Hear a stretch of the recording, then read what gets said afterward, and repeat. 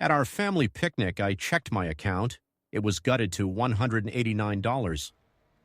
My brother-in-law smirked. We needed it more than you. Their laughter echoed, but I vowed they'd face what's coming. The August sun scorched the tidy streets of Cedar Falls, Iowa, bathing the town in a golden haze. The annual Mitchell family picnic buzzed with energy at Grandma Ellen's sprawling farmhouse, where the aroma of smoked brisket and the strum of a guitar drifted across the lawn. For Lucas Bennett, 33, a data analyst with a reputation for keeping life steady, the cheerful chaos masked a brewing storm. He stood in the shade of an ancient oak, his phone screen blazing with a truth that shattered his world. His bank account, once holding $25,000, his fortress of security after years of relentless hustle, now clung to a pitiful $189. Lucas's heart pounded like a war drum as he stabbed the refresh button, his fingers trembling with dread. The numbers mocked him, unyielding. His savings, forged from sleepless nights crunching code, canceled weekends, and a diet of instant coffee and determination, had been annihilated. Fury surged, hot and unstoppable, as he charged back into the house, the screen door slamming with a crack that hushed the revelry. "Emma! Tyler!" His voice roared, jagged and raw, slicing through the hum of laughter. His older sister, Emma, 38, reclined on a floral couch, her lemonade glass sweating in her hand, her dark hair swept into a careless ponytail. Her husband, Tyler, 40, lounged against the kitchen island, a whiskey tumbler in one hand, his smug grin radiating entitlement. "Easy, Luke," Tyler drawled, his tone slick with mockery. "What's got you so unraveled?" "You gutted my account." Lucas's words erupted, each one a shard of betrayal. 25 grand obliterated? How could you? Emma let out a sharp, scornful laugh, her hazel eyes glinting with amusement. "Oh, Lucas, don't be so theatrical. It's not like we robbed you. We're family." "Family?" Lucas's voice cracked, disbelief scorching his throat. "You ransacked my future without a single word." Tyler shrugged, his smirk unshaken. "Look, man, we needed it more than you. Rent was overdue, kids needed braces, truck needed a new transmission. You'll get it back, eventually." Lucas's gaze snapped to his mother, Carol, 62, who sat at the farmhouse table, arranging a tray of cornbread with mechanical precision. Her eyes stayed glued to the task, her silence a betrayal sharper than any blade. "Mom, you knew about this." Carol sighed, her voice dripping with patronizing warmth. "Lucas, sweetheart, you're always so intense. You've got no kids, no house payment, a solid job. You're fine." "Fine?" Lucas's fists clenched, his nails biting into his palms. "You think it's fine to plunder everything I've built?" "Mind your tone, son," his father, Roger, 65, muttered from a rocking chair, his attention fixed on a NASCAR race flickering on his tablet. Emma rolled her eyes, sipping her lemonade. "You left your bank login on my laptop when you set up our Wi-Fi last Easter, genius. Maybe don't be so careless." "My fault?" Lucas's voice quaked, rage and hurt colliding. "You hacked my life savings and pinned it on me?" "God, you're blowing this way out of proportion," Tyler said, his grin infuriatingly brazen. "We didn't squander it on a cruise. We survived. You're single, no dependents. What's the big deal?" Lucas's breath hitched, his vision blurring with fury. He snatched his messenger bag from the floor, slinging it over his shoulder. "You're despicable, all of you." "Storming off already?" Carol called, her tone laced with faint concern. "Yep," Lucas shot back, yanking on his denim jacket. "But don't worry, I'll be in touch." Emma snorted, swirling her drink. "Don't be such a drama queen. We needed it more than you. That's just reality." Lucas paused at the door, his hand gripping the knob so tightly it groaned. "Then you won't mind what's coming next." Their laughter chased him into the humid evening, but as he stepped onto the gravel path, a fire ignited in his core. This was far from over. His cousin Zoe, 29, sprinted after him, her sneakers crunching on the stones. "Luke, you okay?" Her voice was soft, her brown eyes wide with concern. "I heard Emma. That was beyond messed up." "No, I'm not okay," Lucas growled, wrenching open the door of his weathered Jeep. "But I'm done being their punching bag." Zoe hesitated, then placed a hand on his arm. "You don't deserve this. If you need to talk, I'm here." Lucas nodded, his throat tight, and slid into the driver's seat. As he peeled out of the driveway, the weight of betrayal pressed against his chest, but a spark of resolve flickered. He wasn't just walking away, he was fighting back. As Lucas navigated Cedar Falls' glowing streets, his mind churned with a decade of buried grievances.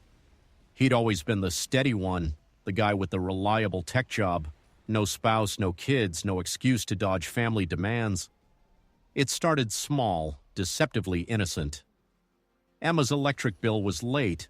Lucas covered it. Tyler's construction gig dried up. Lucas loaned him $800. Then there was their daughter Ava's ballet recital outfit. $300 Lucas didn't offer but was expected to pay. Each time they framed it as his duty. "You're so fortunate. Lucas," Carol would coo, her words sweet but barbed. "You don't have Emma's struggles. God gave you stability to share." Roger would nod gravely. "Family's about sacrifice. You owe us for everything we've done."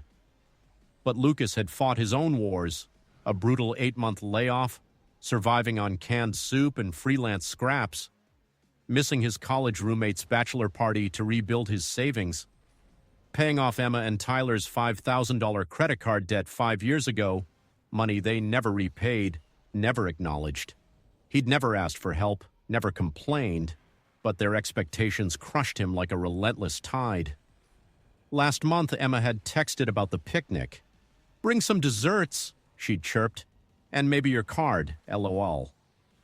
Lucas thought it was a joke. Now the truth seared him. It was a calculated ambush. 4 days later, Emma called, her voice trembling with uncharacteristic panic. "Luke, we're in a bind. The water company's shutting us off Friday. We're months behind." Lucas's laugh was cold, venomous. "You pillaged my savings and now you're begging for more?" "It wasn't just for us," she snapped. "We covered Mom and Dad's property taxes, too. Dad's lawnmower died. We didn't tell you because you always make a fuss." "Emma, this isn't just wrong. It's criminal," Lucas said, his voice steady despite the fury boiling inside. "You're so over the top," she retorted. "You've always bailed us out. That's your role, right?" That night, Lucas lay awake in his modest apartment, the hum of the fridge amplifying the silence.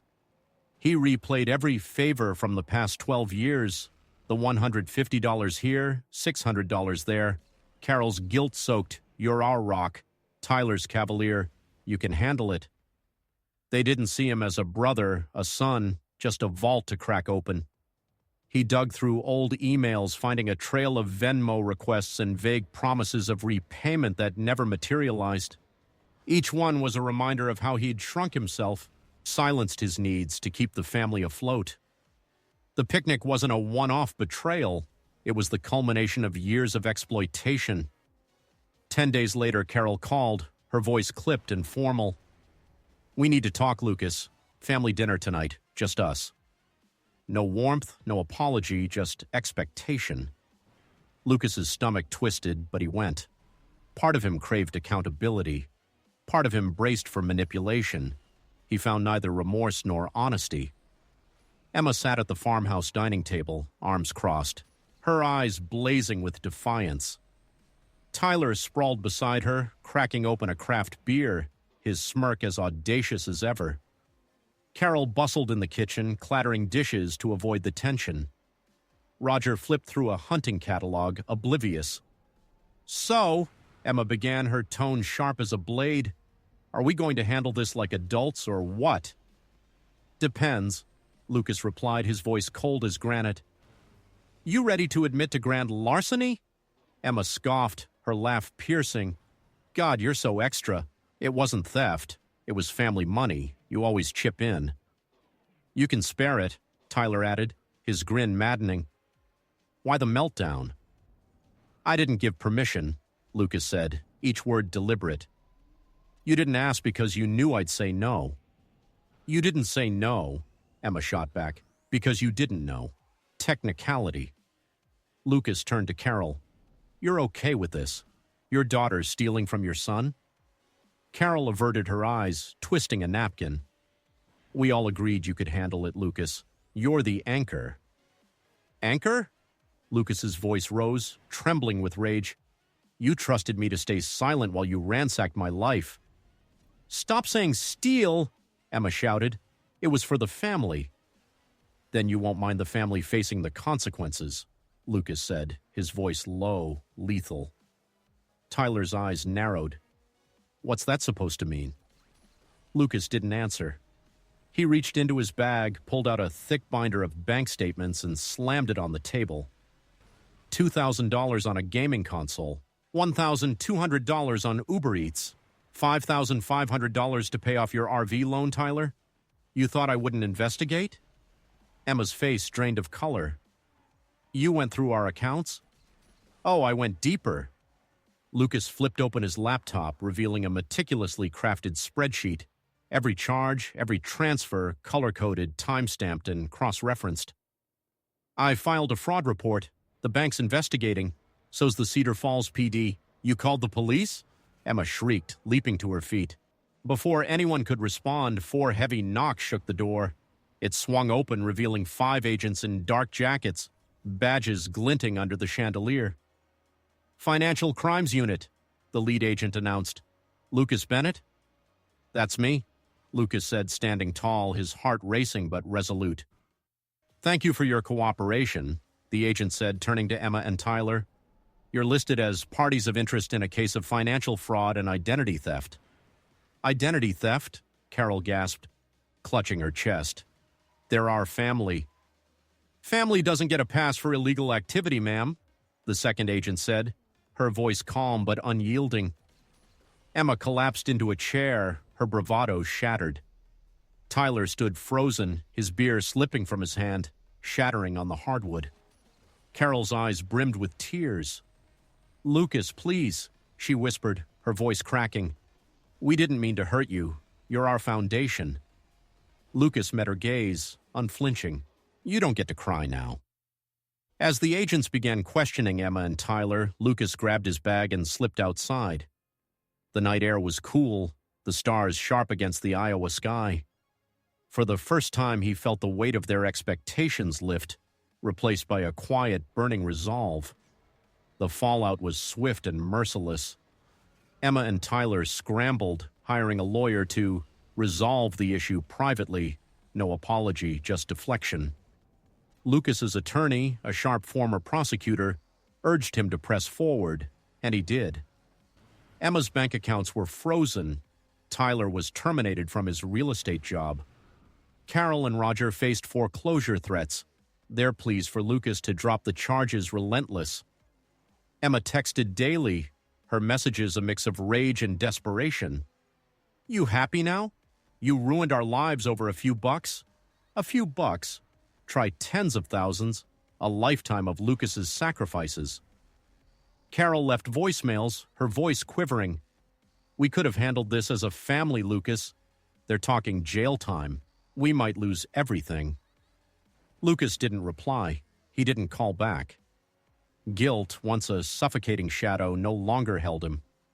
He relocated to Missoula, Montana, trading Iowa's cornfields for rugged mountains and solitude. No more unannounced visits from Emma, no more emergencies draining his soul. He fortified his digital security, changed his number, and felt the crushing burden of years dissolve. At work, his focus sharpened like a blade. His supervisor, impressed by his newfound drive, offered him a lead analyst role with a 25% raise and remote work options. Lucas accepted, marveling at how much energy he reclaimed when he wasn't secretly covering his family's debts. A month later, a package arrived, no sender listed. Inside was a check for $2,500 and a letter from Tyler's sister, Mia, 32. Lucas, you were right to fight back. I left Emma and Tyler's toxic orbit because of you. This is for the phone bills, the groceries, the gifts you covered. Tyler never valued you, but I do. Your courage gave me the strength to break free. Lucas read it 4 times, tears streaming down his face, not from pain, but from a profound sense of being seen. Someone recognized him as more than a resource, more than a means to an end. He started journaling, pouring out years of suppressed anger and hurt. Each entry was a step toward healing, a way to reclaim the parts of himself he'd buried to appease his family. He joined a local hiking group, finding solace in Montana's trails, where the crunch of gravel and the whisper of pines drowned out the echoes of his past. 5 months later, Lucas stood on his Missoula balcony, the Bitterroot Mountains glowing under a sapphire dawn. The silence was glorious. No desperate calls, no manipulative texts, no demands cloaked as love. Peace wasn't a fanfare or a victory march. It was the quiet joy of living unburdened, of breathing without chains. Emma and Tyler's legal troubles deepened. Tyler's unemployment stretched on. Emma's social media, once a gallery of curated family bliss, went silent. Carol tried refinancing the farmhouse, while Roger blamed modern values for the family's collapse. They still didn't grasp it. Lucas hadn't destroyed them. He'd simply stopped letting them destroy him. Last month, Lucas ran into a high school friend at a Missoula coffee shop. "Heard about your family drama," the friend said, no judgment in his eyes. "Mad respect, man. Most people stay chained forever." The words lingered, a quiet validation. Lucas didn't regret his actions, not the fraud report, not the restraining order, not the 1,200-mile move. His only regret was the years he lost, shrinking himself to fit their narrative, silencing his pain to keep the peace. Sometimes he'd flash back to that picnic, Emma's mocking cackle, Tyler's smug, "You'll get it back," Carol's dismissive, "You're fine." That money wasn't just cash, it was his dreams, his health, his boundaries trampled with callous entitlement. Now they faced the reckoning, and Lucas celebrated not their ruin but his resilience. One evening, as he roasted vegetables in his new kitchen, his phone rang. Unknown number. Against his better judgment, he answered. "Lucas." Emma's voice was frail, broken. "I screwed up. Tyler's gone. Mom's a wreck. Dad won't speak to me. You always had the power to ruin us, and you did." "No," Lucas said, his voice calm, resolute. "I didn't ruin anything. I just stopped letting you ruin me." A long silence. "Can you drop the charges?" she whispered. "Please?" Lucas remembered her words at the picnic. "We needed it more than you." He smiled, not with malice, but with clarity. "You built this mess. Live with it." He hung up, turned up his favorite folk playlist, and stepped onto the balcony, a mug of tea warming his hands.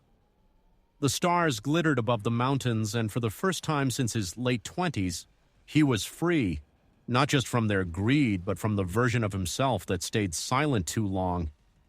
If you're watching this story unfold, know this: you don't have to be the reliable one forever.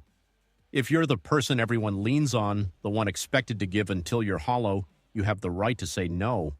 You're not a resource, a bank, or a safety net. You're a person with dreams, boundaries, and worth. Lucas's journey wasn't just about escaping betrayal. It was about reclaiming his life, his voice, his freedom. Maybe you're stuck in a cycle of guilt, told that family means sacrificing everything. But family isn't a license to exploit, and love isn't a debt you owe endlessly. Saying no doesn't make you selfish, it makes you whole. Walking away doesn't mean you've failed, it means you've chosen yourself. So if you're out there carrying the weight of others' expectations, take a page from Lucas's book. Set boundaries, speak your truth, and if you have to, walk away. The silence on the other side isn't loneliness, it's peace. You don't lose a family, you find yourself. Keep shining, keep fighting, and know that you're enough, just as you are.